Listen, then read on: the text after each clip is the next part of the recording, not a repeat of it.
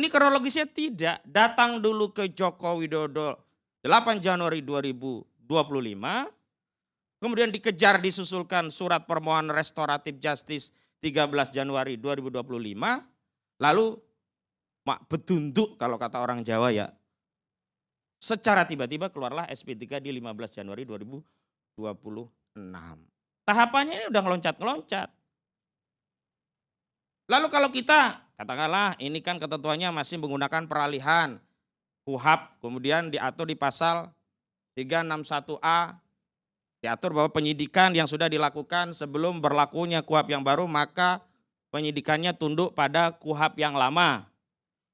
Karena KUHP yang lama berarti KUHP yang lama berarti mekanisme restoratif justice tidak menggunakan ketentuan Undang-Undang Nomor 1 Tahun 2023 tentang KUHP, tapi menginduk kepada Perkapolri, karena di KUHP lama belum ada mekanisme restoratif justice, penyidik biasanya menggunakan dasar hukumnya adalah Perkapolri.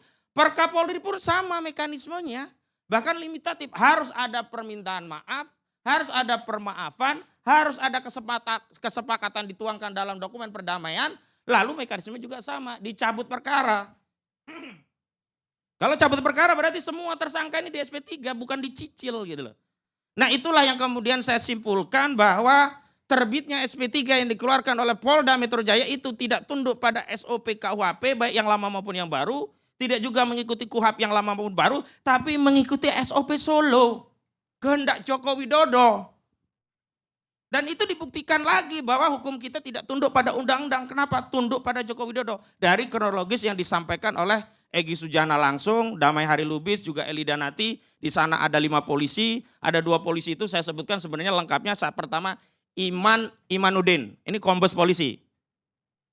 Yang kedua ada AKP Rosadi, ini kepala Kamneknya, unit Kamnek yang menangani perkara. Ada 5 memang, 2 itu yang dipanggil begitu. Apa cerita Egy Sujana terkait pertemuan itu? Pak Jokowi, saya kesini tidak minta maaf. Saya tidak layak untuk jadi tersangka. Saya ini advokat. Karena itu Pak Jokowi tolong perintahkan Kapolri, perintahkan Kapolda, perintahkan Direktur Penyidikan, terbitkan SP3, cabut cekal saya. Tidak lama ternyata itu benar dilakukan oleh penyidik. Artinya kan otoritas hukum kita tidak lagi ada di bawah norma. Tetapi ada pada kendali Solo yang saya sebut Solo itu SOP Solo Geng Solo. Itu saya baca dari analisa. Bukan saya kemudian misalkan mencemarkan tersangkanya, enggak ada. Ini terkait prosedur yang saya simpulkan ini SOP Solo. Lah kenapa ini dijadikan materi pelaporan terhadap saya dianggap melakukan pencemaran nama baik. Di mana pencemarannya?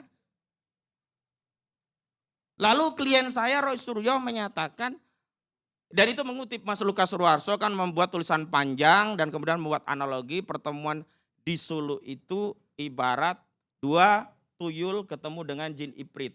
Kenapa? Ini untuk mengkonter karena sebelumnya ada narasi yang seolah-olah pertemuan itu adalah kedatangan Musa dan Harun menemui Fir'aun. Walaupun akhirnya kelompoknya Bung Andi Azwan marah-marah juga itu. Masa Jokowi dianalogikan seperti Fir'aun?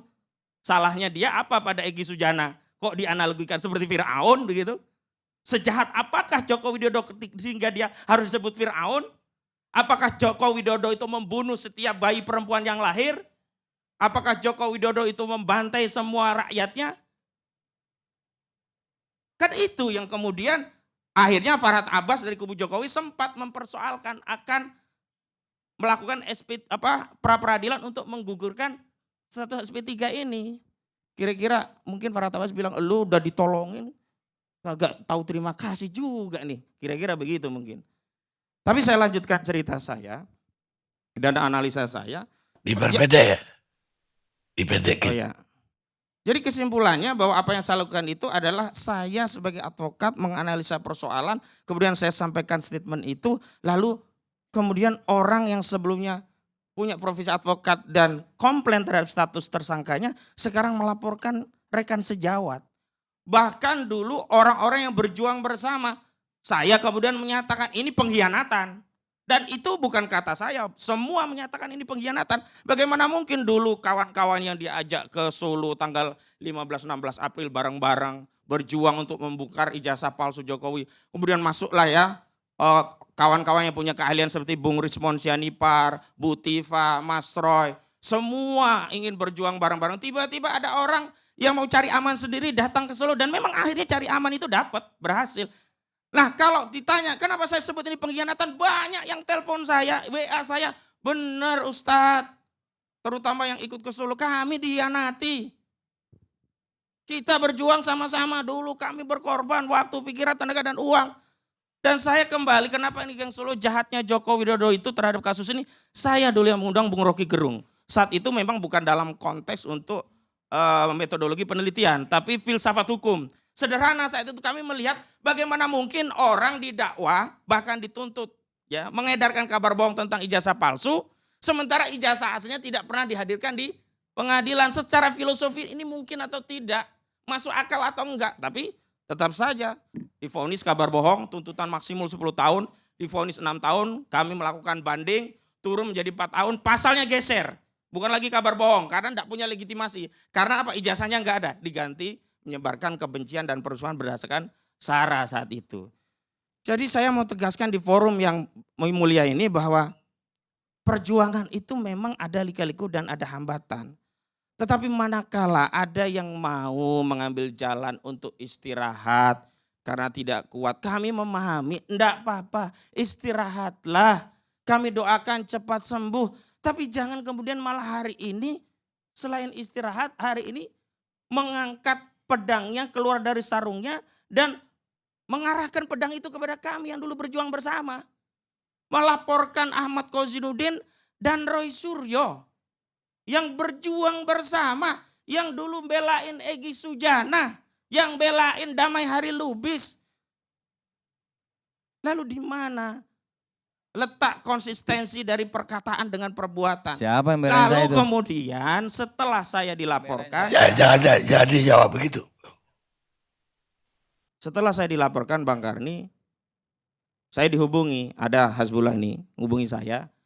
Egy Sujana minta ketemu dengan saya, mau tabayun istilah agamanya itu.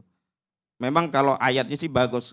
Ya ayyuhalladzina amanu in ja'akum fasikum binaba'in fatabayanu. Klarifikasilah. Tapi kan lucu, saya udah dilaporkan menjadi tersangka, baru mau klarifikasi. Semestinya klarifikasi dulu. Apa maksud saya?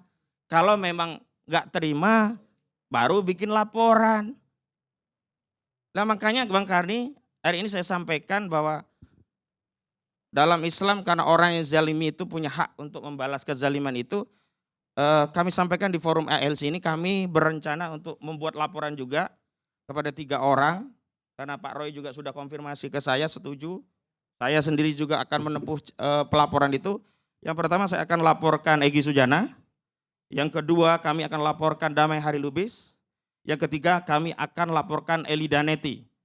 Luar biasa statementnya itu benar-benar tidak layak bagi seorang advokat, kepada rekan sejawat, kepada Pak Roy Suryo mengeluarkan ungkapan yang itu luar biasa. Dan saya mau pastikan Bang Karni, buktinya sudah ada.